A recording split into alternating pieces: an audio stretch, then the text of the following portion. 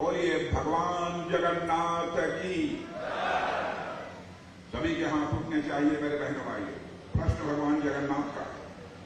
भगवान जगन्नाथ की, माता सुभद्रा की, बलभद्र जी की।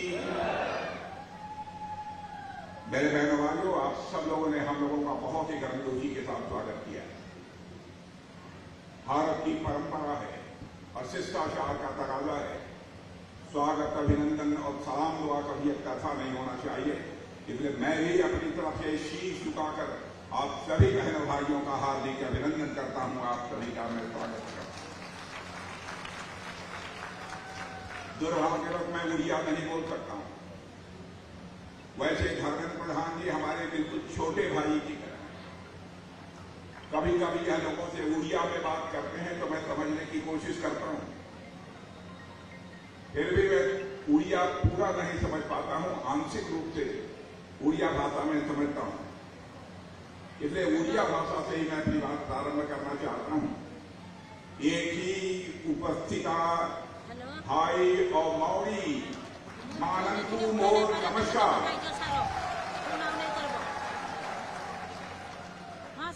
मैंने भाइयों 50 वर्षों तक यहाँ पर कांग्रेस की सरकार रही और लगभग 25 वर्षों तक यहाँ पर बीजेपी की सरकार रही। लेकिन उड़ीसा को इन 75 वर्षों में विकास के मामले में जिस ऊंचाई को हासिल करना चाहिए वह विकास नहीं कर पाया है उड़ीसा। अब तक यहाँ की गरीबी को समाप्त होना चाहिए था, वह भी नहीं हो पाई। हालात इस सीमा तक बिगड़ गए। यहाँ की उड़िया संस्कृति से जुड़ी तमाम चीजें गायब हो गई हैं। उसका कोई पता नहीं चला है। यह कांग्रेस के शासनकाल में और यह बीजेपी के शासनकाल में हुआ। ऐसी बहुत सारी पांडुलिपियां हैं और हजारों यहाँ की कला संस्कृतियां हैं, वह भी गायब हो गई हैं। और मुझे तो यह बताया गया है कि भगवान जगन्नाथ मंदिर का जो रत्न भंडार है उसकी चाबी भी यहाँ की सरकार में जो है गायब कर दी है। जैसे हम लोगों की सरकार बनेगी, मैं आपको यकीन दिलाना चाहता हूं, पूरे मामले की हम लोग छानबीन करेंगे। कहां हमारे भगवान जगन्नाथ के रत्न भंडार की चाबी गायब हो गई है मेरे बहनों भाइयों, मैं आपको यकीन दिलाना चाहता हूं। 10 वर्षों से केंद्र में मोदी जी के नेतृत्व में सरकार हमारी काम कर रही है। कोई कह सकता है कि सरकार ने बहुत काम किया, कोई कह सकता है जितना करना चाहिए था नहीं किया। लेकिन इतनी बात मैं दावे के साथ कह सकता हूं, मोदी जी को भारत का प्रधानमंत्री बनने के बाद सारी दुनिया में भारत का मस्तक ऊंचा हुआ है, भारत का कद रहेगा। मेरे भाइयों, पहले भी मैं विदेशों में जाता रहा, आपके धर्मेंद्र प्रधान जी भी विदेशों में जाते रहे।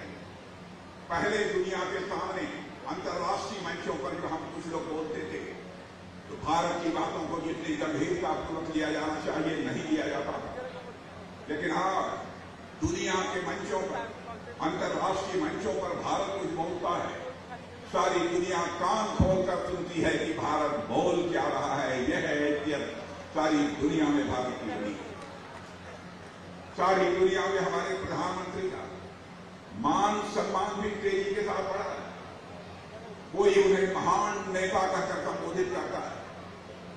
यहां तक कि एक देश के राष्ट्रपति ने अपना सम्मान व्यक्त करते हुए हमारे भारत के प्रधानमंत्री मोदी जी का चरण स्पर्श भी किया था। यह भारत की इज्जत सारी दुनिया में बढ़ी है। यहां के जो सांस्कृतिक प्रतीक है, मैं कोणार्क के बारे में बताना चाहता हूं।